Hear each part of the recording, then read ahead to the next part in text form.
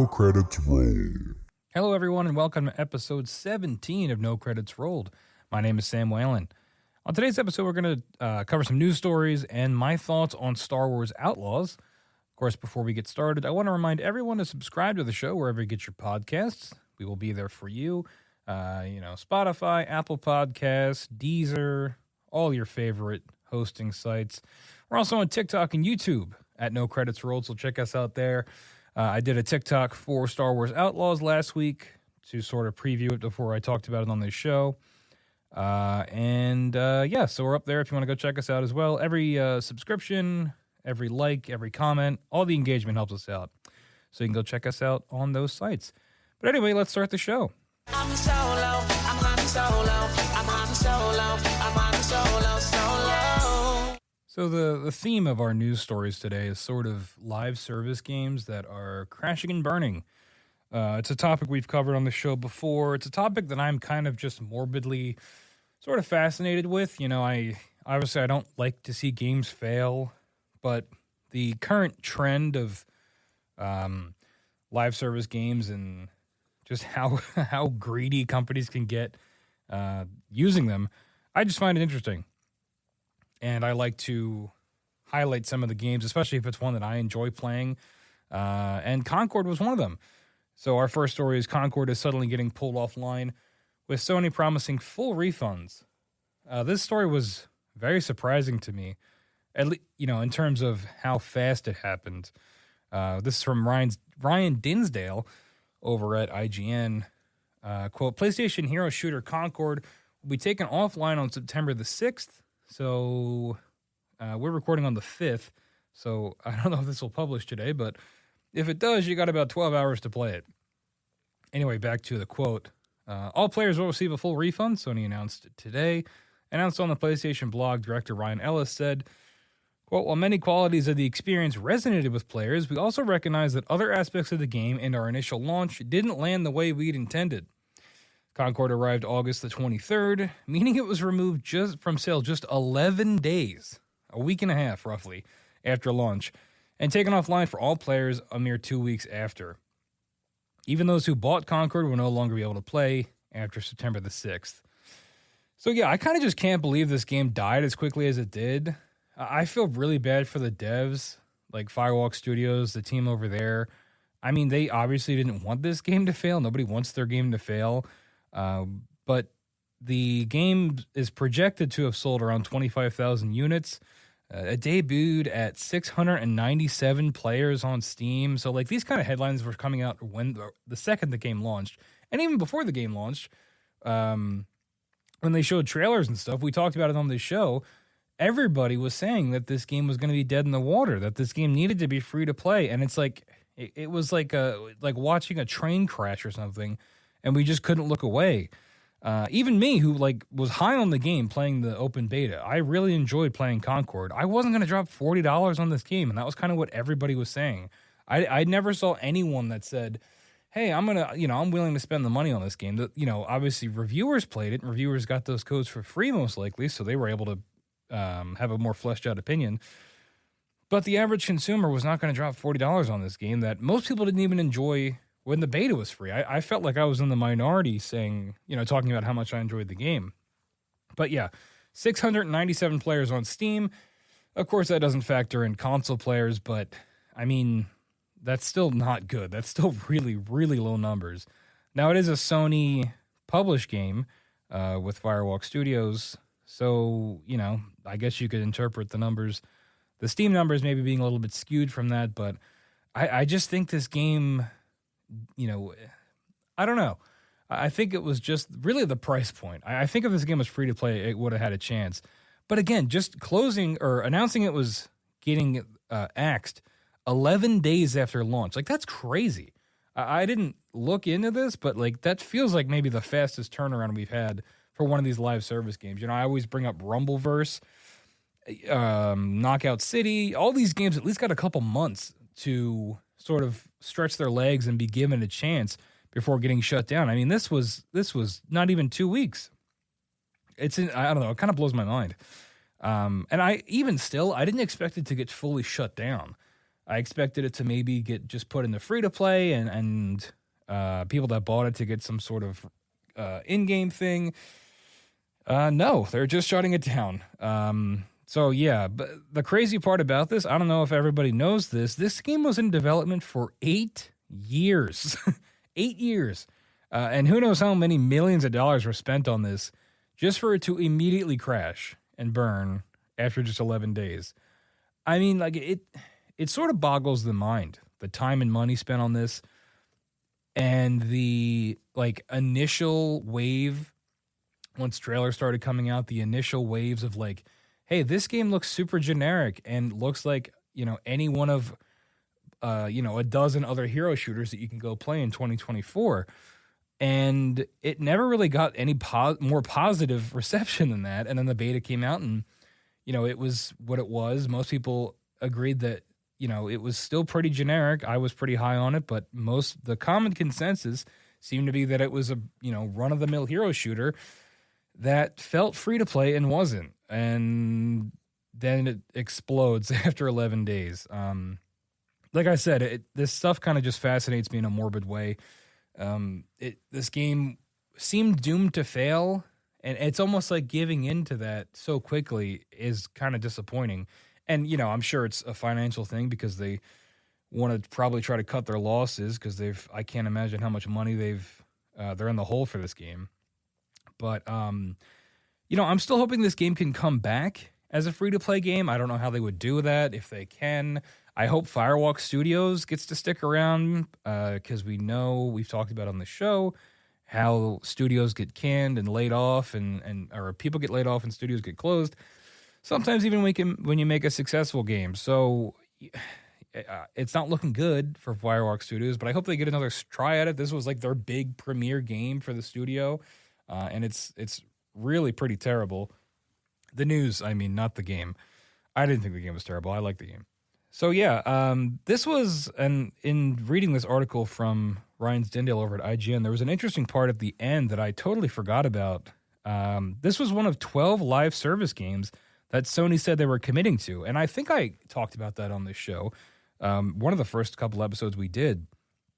So this was one of those 12 games. There was also the Last of Us multiplayer game that got canceled. But this being one of the 12 and it being a complete failure, I wonder if it's going to change Sony's strategy at all with how they're going to approach these live service games. I doubt it because it seems that most companies see dollar signs when it comes to these kind of games. I don't know. It's just live service games, man. You know, they're crazy. Concord's another body you can throw in the pile. I hope, like I said, I hope it comes back in some way. Free to play.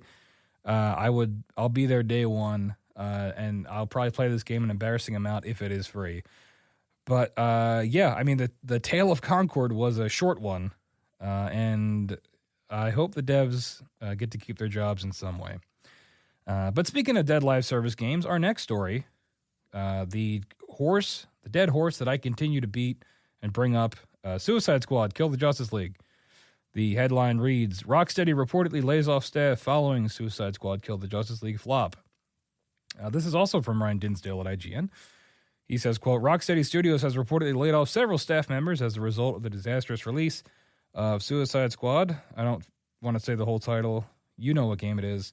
Anonymous employees told Eurogamer that the Rocksteady quality assurance team had been cut from 33 members to 15 with poor sales of Suicide Squad, which cost owner Warner Brothers Discovery, a $200 million hit to revenue, cited directly.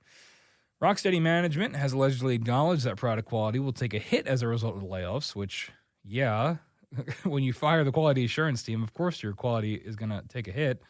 And as remaining QA testers struggle to uphold the same standard as the team once had with double the size. So, yeah, some QA testers were fired. Now, it's also worth mentioning that once the game comes out, the need for quality testers is not as prevalent. But when it's a live service game, you want to have a quality assurance team still because you're still pumping out content. And Suicide Squad got that Mrs. Freeze content update. I think that finally dropped for those of you that might be playing it. But yeah, I mean, it's, you know, I hate to say it's only 15 people, right? Even one person losing their job because of the mismanagement of the direction of a project is still bad. I also wanted to mention this story because of the $200 million hit to the revenue that Warner Brothers cited here. You also had David Zaslav, the head honcho over at WB. I mean, the head honcho of the whole company. He called the game a disappointment, which I can't even imagine internally how that comes across. Calling your own product with one of your premier IPs, the DC universe, calling it a disappointment. I feel like that's not a great look, but maybe he's just trying to sort of cut his losses and, move on, I guess. But yeah, I don't know. This comes back, and I talked about this when I talked about Suicide Squad when I did the review of like what is going to be next for Rocksteady. Like all reports seem to indicate that they did not want to make this game the way that it was made. They did not want to make it a live service game, and they were forced into it. And now with a $200 million hit to revenue, that like, can we really blame Rocksteady for that? I don't know. It's this game could have been made just fine as a single player game or even a multiplayer game without all the live service stuff in it. And maybe it would have been more successful and you wouldn't have had to have had such a big loss of revenue. But again, all these companies, when they hear live service, they think dollar signs because of things like Fortnite and Apex and Destiny and Warzone and all the success stories. And a lot of times, it's worth it for these companies to sort of just, dive into the live service thing, hoping they catch something valuable. And then it's people like these quality testers that got fired that end up suffering when these things don't go well. So not sure the rest of the content roadmap for Suicide Squad. Not sure if there's more DLC planned. Like I said, I do believe they got that Mrs. Freeze DLC out, but I don't know if they plan on releasing more stuff for it. I mean, hey, if people are still playing it, sure, yeah, go keep putting out content. I'm not really sure, but it's definitely not one that gripped me enough to want to keep the game and keep playing it. So, what are you gonna do? This in the Concord story, I don't know. I've just been like musing about live service games. Like it's so weird to me that you can quote unquote own a game. Like if you bought Concord, like a physical disc, you just can't play it anymore. Like the servers are just turned off. And this goes into the discussion of owning physical media versus something like a Games Pass where you're like getting the license for it and that license can go away so you no longer can play the game. But even physical media doesn't matter when it's a live service game and the servers get turned off. There's really nothing you can do then. And, there's the conversation of game preservation and it's really important to a lot of people. And I think it's important too. I think I've always said here that the more people that can play more games is always a good thing. And so when live service games get turned off and no one can play them anymore, it's a shame. And, I wish that there was some alternative. I mean, we even see that with some single player games that require an online connection all the time. So hypothetically, if those servers were to get turned off, you can't even play a single player game. I just wish there was some alternative where we could have, let me boot up Concord and play in a bot lobby or something, even something like that, instead of the game just being completely erased from existence. But that probably wouldn't be profitable, so it's not going to happen. But anyway, yeah, that was a kind of a quick segment on the news. I just wanted to touch on those two things. We're going to take a quick break, and when we come back, I will be talking about Star Wars Outlaws. You're listening to No Credits Rolled.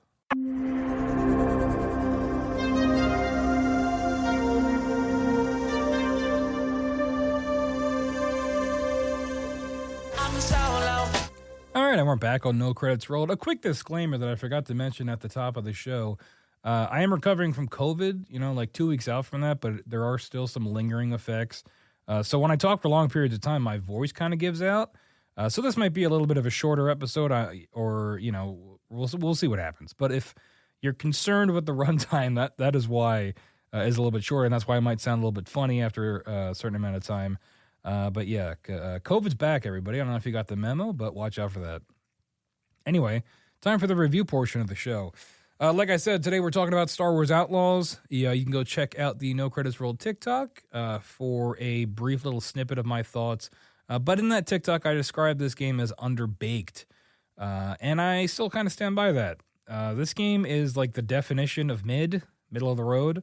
Every aspect of it, all the systems in it, because there are like way more than you'd think, are like someone took them from other games and slapped them in here, but the most boring version of those systems. It's like if you made a big pot of soup with like 10 different ingredients and like no seasoning, right? And it was just the most boring soup you'd ever had. I don't know. Is that a good analogy? Maybe not. I do want to get a few positives out of the way up front for this game, so I can bag on it for the next like 20 minutes. And you know, there are some positives. I think the sound design is pretty good, and the music as well. I think those two things, anything audio related, I think it kind of nails that. It captures Star Wars very well. There are like music cues in gameplay that feel very Star Wars. Like if you're being spotted, there are a lot of French horns and things like that you would know from a John Williams score. Sometimes to a comical degree, because if you get spotted multiple times in a row, it's the same like, burp. You know, in Return of the Jedi, the scene where they're on the skiff and Luke's about to get put into the Sarlacc pit, and they all look at one another, and there's that like stinger that plays over and over again. Family Guy did a parody of it where they like did it like 10 times, but it's almost exactly that sound, that like burp, burp. You know what I mean? I don't know. Maybe it's not really coming across when I do it. But if you know Return of the Jedi, you probably know what I'm talking about. But it's that sound cue when you're being spotted. And if that happens a bunch of times in a row, like if you go in and out of being detected, it can be kind of comical. But, you know, it's fine. The blasters all sound great. The speeder sounds great. The speeder in particular, I kind of really enjoyed. Driving around on it was pretty fun. Even if the navigating the world itself wasn't particularly fun because of how it's designed. But I'll get into that. The speeder itself was fun. It kind of reminds me, because I've seen people online like bagging the speeder and not really enjoying it. And it reminds me of Arkham Knight. Everybody complains about the Batmobile in that game, but I really enjoyed the Batmobile. I enjoyed just driving around in it. And the speeder's the same way in this game. I enjoy just getting on the speeder, and you like, if you don't immediately just go and you like get on it and don't move. Kay, I think her name's Kay Vess, the main character. Her name's Kay for sure. She like turns some dials and you can kind of hear the engine turn over. I don't know, little things like that I think are cool. And then yeah, just the sound of speeder, you know, from Star Wars. It's a similar sound. It's a cool sound. All right, I'll admit it. Sometimes I just like a cool sound, and that's what the speeder is in this game. The speeder doesn't really look that cool. It looks like a motorcycle they just took the front wheels off of, and you can't really customize it. At least not yet. I haven't finished the game. I'm like, I don't know, 10 to 15 hours in. You can't really customize it. I mean, you can change the paint job, but I mean like the actual design of it. You can't get like a scout bike, scout trooper bike or anything like that. It's always the same speeder, which is boring, and something that I will complain about in a second. What else we got for positives? Yeah, speeder sounds great. Blaster sound effects sound great. There are some cool environments. There's a lot of like dark, disgusting, grimy bars that I think the game kind of nails. It reminds me of Star Wars 1313 that we never got, but there was like that one trailer that came out that I watched like 1,000 times when I was a kid. Or not when I was a kid, but, you know, 10 years ago, whenever that was. That like sort of seedy underbelly of Star Wars that we've always wanted to get in a game. I think that, you know, it does a pretty good job of that in this game. There's, of course, a caveat with it, because there is like with everything in this game. But the environments are hampered a little bit by the camera in the game. For some reason, like you're like zooms in super tight, so your character like is a third of the screen, smack dab right in the middle. I wish you could zoom it out more. There's also a interesting setting where you can have cinematic bars on the top and bottom, like it's in like a movie aspect ratio, which is interesting. I turned that off right away because I thought it looked weird, and I wanted to fully utilize the full screen of my TV. But I'm curious what people think of it if you are playing it and you do have the cinematic bars turned on.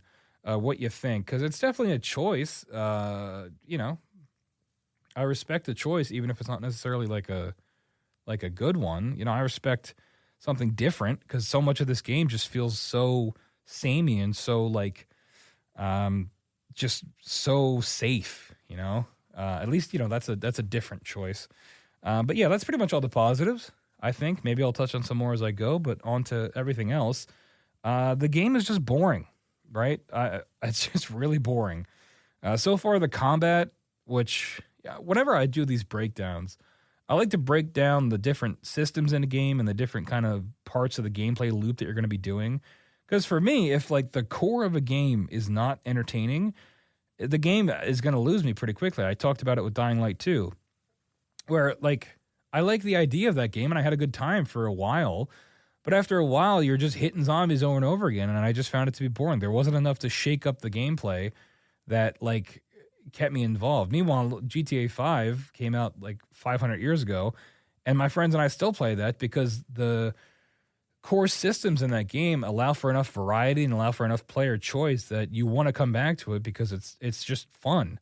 And not every game needs to be like GTA 5, but I think a game does need to have enough hooks that it gets in you that you want to come back to, and it doesn't feel like a chore or monotonous to keep doing the core of the game. But back to Star Wars Outlaws, which I'm supposed to be talking about. The combat is just super boring. Like I said, the blasters and stuff all sound good. There are some cool moments where like you shoot a guy and like sparks fly off him like they would in the movies, like what are those things called? Squibs, kind of, like a big sparky explosion like you'd see in a Star Wars movie. That's fine. But like there's like a cover system kind of, and like I'm going to get very nitpicky in this review because there's so many little things about this game that I just need to like vent about. And I haven't really been able to do that yet. But now I'm in front of an open microphone and nobody can stop me. So like there's a cover system, but it's like soft cover. Like going back to GTA 5, you hit right bumper or whatever the button is, and you like run to cover and you stick to cover. Like Gears of War way back in the day that when they invented that. This game doesn't really do that. Instead, you like crouch and you like walk up to cover and then you kind of hug it. But then to shoot, you can aim with left stick and you shoot with the right trigger like you'd think. But you can also just shoot with the right stick and you don't like blind fire over the cover. You kind of like peek over halfway and shoot. It's really strange. And it almost makes it feel like the shooting was an afterthought, which doesn't make any sense because it's a like action game. So yeah, there's the shooting, right, which is kind of boring. And I'll get more into the shooting in a second. But there's also melee combat. And it feels like it's trying to go for like an Uncharted 3 kind of melee combat where it's like punch, punch, punch, and then combo for a takedown, right? Except that it's like it's so lacking in weight and punch. Like, I don't even mean that as a pun. Like, there are takedown animations for stealth kills.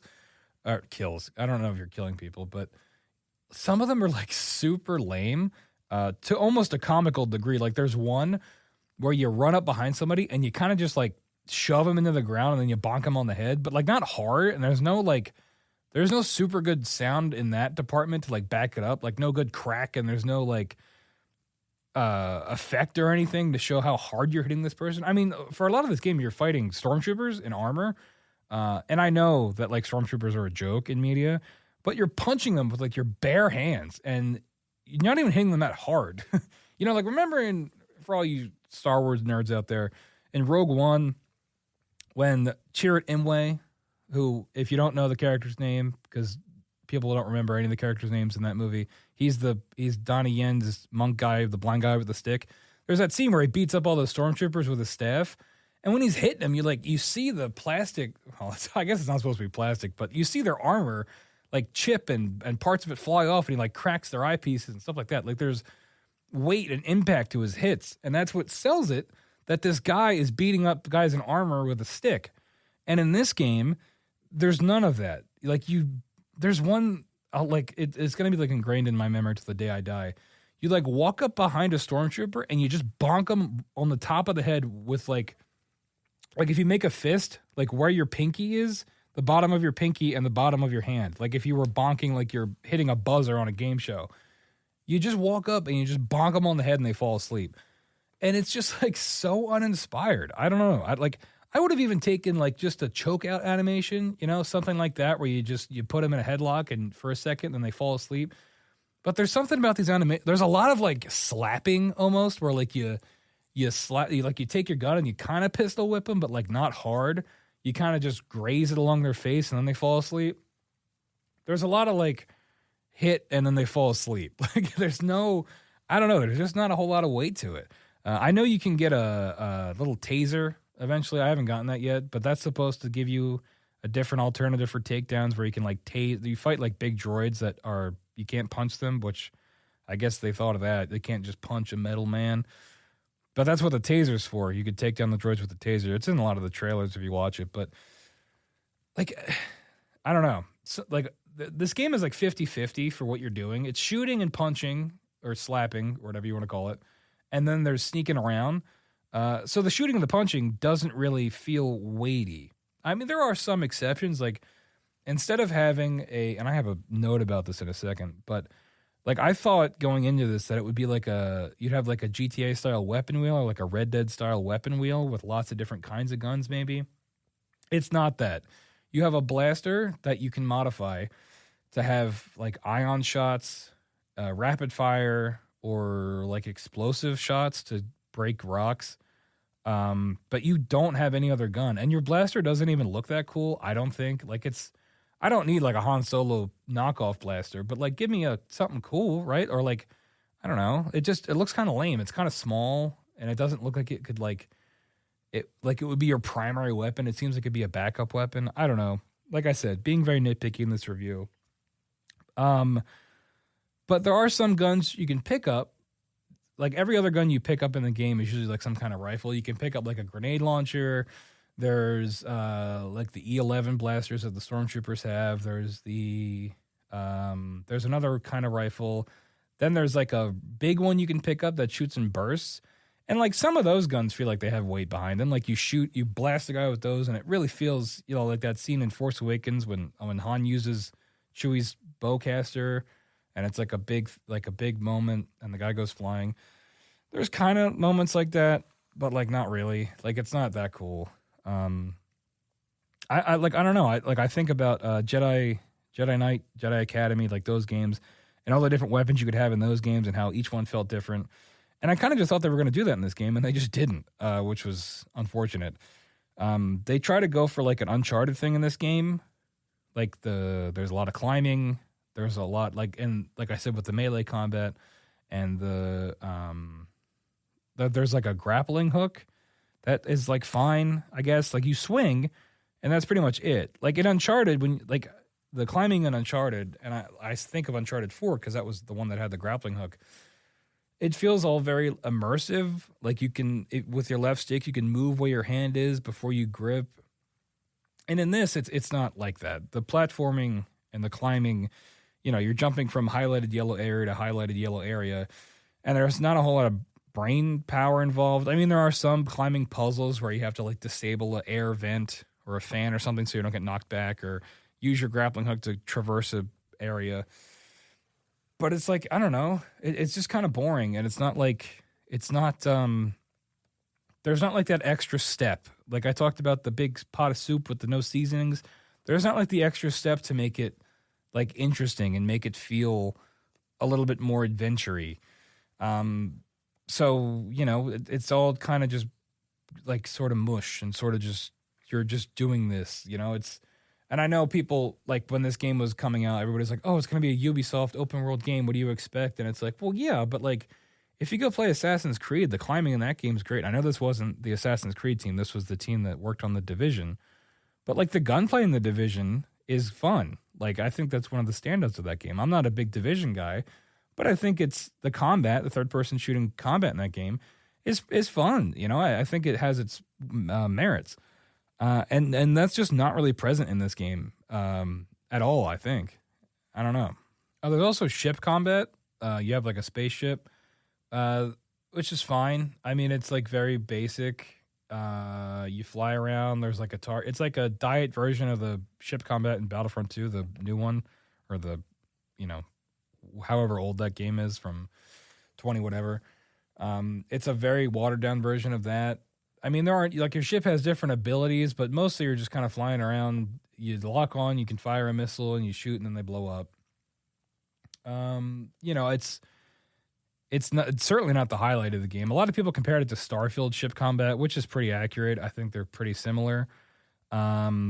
So, that's not really anything. I didn't even mention it in the notes, the ship combat. I just remembered sitting here. What else we got? We got the characters. None of them are particularly interesting. There's ND5. ND5 is the only character I like in this game. I mean, Kay, your main character, she's fine. She's a smuggler, rogue, scoundrel type. You've seen it a million times. There's really nothing about her, at least so far. Again, no credits rolled. I hadn't finished the game. There's nothing really about her that makes her stand out from just being a carbon copy of a Han Solo or like any scoundrel type you've seen in any Star Wars fanfic. But ND5 is the robot on the cover with the trench coat. He's like the commando droid guy. And I thought he looked cool before I even played the game. And he is cool. Like, he's the coolest character in the game, I think. And I would have liked to have played as him. I think that would have made for a more interesting game.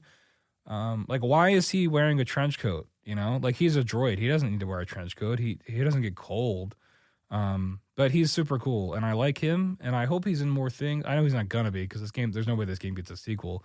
ND5, at least so far, hasn't really done much in my game. Like, he's on the cover, so you think like him and Kay are gonna be this like dynamic duo, and like he kind of just hangs out on the ship for most of the game. He does look cool though, and he has cool backstory. Like, he fought in the Separatist Wars and stuff. He's just very, like, I don't know, I just kind of like him. I think he's neat. Everybody else is lame, though. I don't like anyone else. The story is a heist. You're heisting, which is a neat concept, and I think could have been cool, like the part in Solo with the train. And, like, you're putting together a team, which is always fun. Fast and Furious 5, let's get a team together. I have, like, 2 members of the team, and it's like, I don't know. Like, you're not really invested in them. You don't really care about them. There's, like, a little guy who's fun. He's, like, your demolitions expert. He's, like, I don't know what race he is. He's not an Ugnaught, but he kind of looks like an Ugnaught. He's like a little rat man, kind of. And he's all right, like, he's different, I guess. But there's no, like you think of like Mass Effect or Mass Effect 2 in particular, where you're like building up your crew for the suicide mission. And by the end of that game, like you know everything about these people, and you would like die for them. And literally you can, or they would die for you. And so far, at least in Outlaws, it's like, I don't care about any of this team. Like, this is not like a found family story. This is like, I hired a guy off Fiverr to like come and help me move my couch, right? And like, we don't really, that's about it. That's the extent of our relationship. So, and it doesn't have to be a space epic like Mass Effect, but it would be nice if it was a little bit more to get me invested. Maybe they should have given everybody trench coats. I mean, honestly, if that little guy, I don't even know his name. It starts with a D, I think. But if that little guy had a little trench coat like ND5 had, I probably would have been more invested in him. Like I said, you only have a blaster, which is kind of lame. You can modify it, and you can change the look of it. Like, there's different cosmetics for it that make it different colors, but you can't fundamentally change what the thing looks like. And like I said, it just doesn't, I don't think it looks that cool. I think it's way too small. They could have gone with the single blaster concept, but I wish they would have done like attachments maybe, or like as you upgrade the gun, it looks significantly different from when you started the beginning of the game.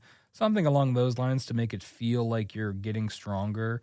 Instead, you just get these like things that change your ammo type, and it's like a gameplay thing. Like the ion you can use to shoot shielded enemies. There's the explosive thing, like I mentioned, to shoot rocks.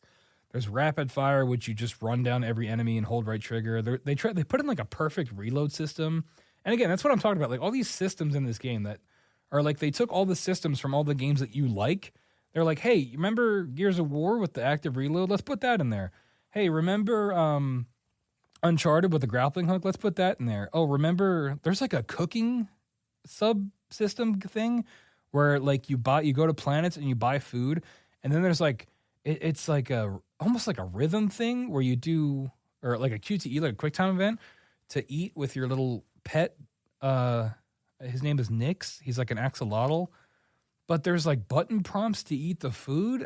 It's cute, but like, why is this in here? It's so strange. And it's like they take all these systems and they don't do the best version of them. They put them in just enough to say that they're in the game. And it's just, it comes together to just make nothing really, like a big bowl of nothing soup. I don't know. How do we feel about that analogy? Do we like the nothing soup analogy? Because I keep bringing it up. Let me know in the comments.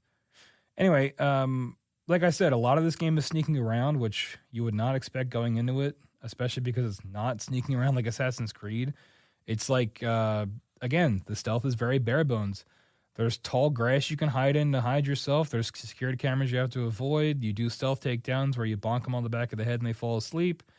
It's, you can use your pet to distract things. Like, that's cool. And you can also use the pet to steal from people. And there's like a little button prompt quick time thing for that. I think that's interesting. They try to, you always got to have a cute thing and a Star Wars thing now. And that's what Nyx is supposed to be. But I mean, come on, you go play Jedi Survivor, Jedi Fallen Order, and like he's no BD1. He's not even a BB8. I mean, he's just a little rat. I don't know. I described that other character as a rat too, but like, I mean, at least Nyx is cute. He's like an axolotl. But you don't really feel the attach. Like BD1 and Cal Kestis are like best friends, but you understand why, and their relationship builds as the game goes on, and they help each other and they save each other, and so far, Kay and Nyx are just not that sort of connected like you'd want. Yeah, I think I've bagged on this game enough. I think I've complained enough. I got it a lot of my system.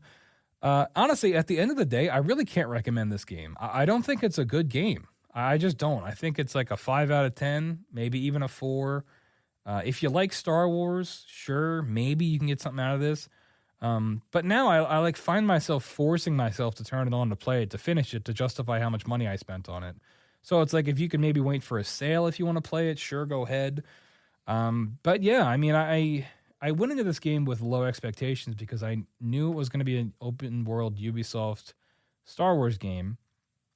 But like, I don't know, this doesn't live up to stuff like Assassin's Creed, and again, I know not the same team, but it's still Ubisoft. So I feel like there's a certain pedigree involved with that, and it's just not reflected in this game at all. This will probably be discounted soon because I don't really think it's getting received super well.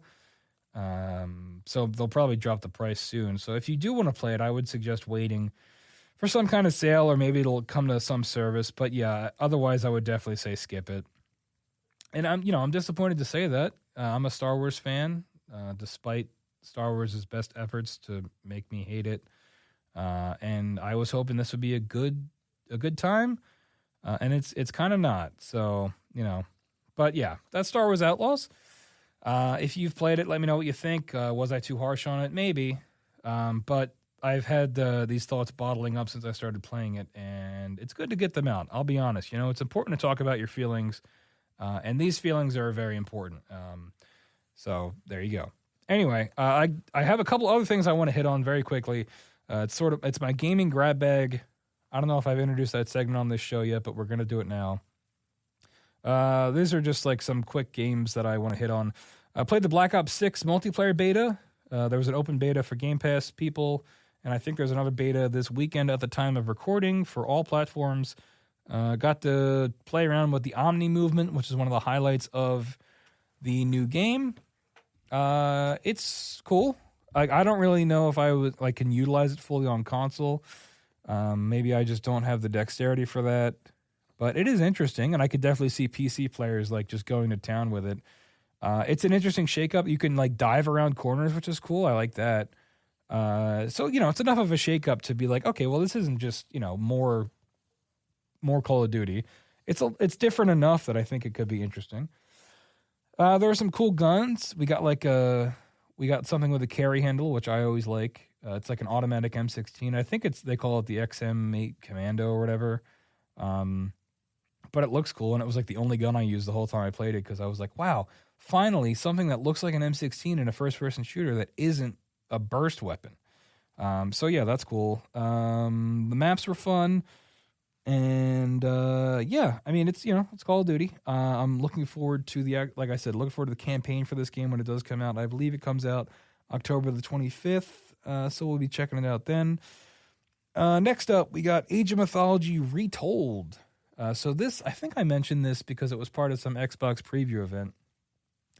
I only played 20 minutes of this. I basically just got through the tutorial because it is real-time strategy game, so I wanted to do the tutorial and learn all the mechanics because all these games tend to be very complicated. I didn't really like Age of Empires. I gave it a fair shot, but it was just there wasn't really enough in there to grab me. But I was looking forward to Age of Mythology because it has mythology in it, and I figured that would interest me more, and it did. Like seeing krakens and like hydras fighting in your army is sick, and you can get these god powers, which are like lightning bolts and meteors and big healing circles. I think all that stuff is super cool, and it definitely makes me more interested in this game than I was in something like an Age of Empires. So I definitely want to play more of Age of Mythology. I'm debating making it a segment on this show, like a full review. I mean, I can't really call anything I do a full review because I didn't finish any of the games that I talk about. But making it a full segment, we will see. But all the mythology stuff is super cool. And if you're into mythology, give it a shot because, there's lots of monsters and gods and things like that. So you might enjoy that as well. Last one I have here is Magic the Gathering. I talked about Magic the Gathering arenas before. But this time I'm talking about the actual card game. I know it's not a video game, okay, but sometimes we like to dabble in other forms of entertainment. I've been able to play multiple matches of Magic now with some pre-made decks with series regular Joe, and it's a lot of fun. It's nice to find. I sunk way too much money into this game before I really even knew how to play. But now finally getting to use all these decks that I have, it's a lot of fun. And I understand the appeal of it. There's, strategy. There's the element of luck that can sort of turn the tide of a match. I still obviously have a lot to learn. There's concepts and mechanics that, we were Googling the whole time we were playing to get rulings on things because of how complex this game can get. But I've never really played a physical card game before, not like a deck of cards. I've obviously done that, but something like a Pokemon or a Yu-Gi-Oh! I used to collect those cards when I was younger, but I never actually learned how to play those games. And playing a physical card game like Magic is really neat. Like something about holding those cards in your hand and like, the physicality of it. And the having tactile things to move around and look at I just think that's interesting and fun. And like I said, the elements of strategy, the elements of luck, the way you can build a deck, which I haven't really gotten into, but I know I can't even imagine the level of complexity that could go into that. I'm looking forward to playing more of it. I'm looking forward to exploring more of this game and sort of honing my skills, and more importantly, learning the rules and how to properly play. It's also a great way to spend a ton of money very quickly if you, for some reason, feel inclined to do that. It's a great way to just burn a hole in your wallet, so I highly recommend it. But that is going to wrap up episode 17 of No Credits Rolled. Thank you so much for listening. I really appreciate it. I know this was kind of a negative episode, but if you made it this far, I just want to thank you for listening. Every single one of you that listen helps out the show. Anyway, you can email questions or comments to nocreditsrolled@gmail.com. Make sure to subscribe to No Credits Rolled on Spotify, Apple Podcasts, wherever you get your podcasts. We will be there for you. And of course, if you are feeling generous and you didn't spend all your money on Magic cards, feel free to check out the Patreon. You can subscribe and tell me what I should be playing and what I should be talking about on this show. But that's all I got. I'll see you next time on No Credits Rolled.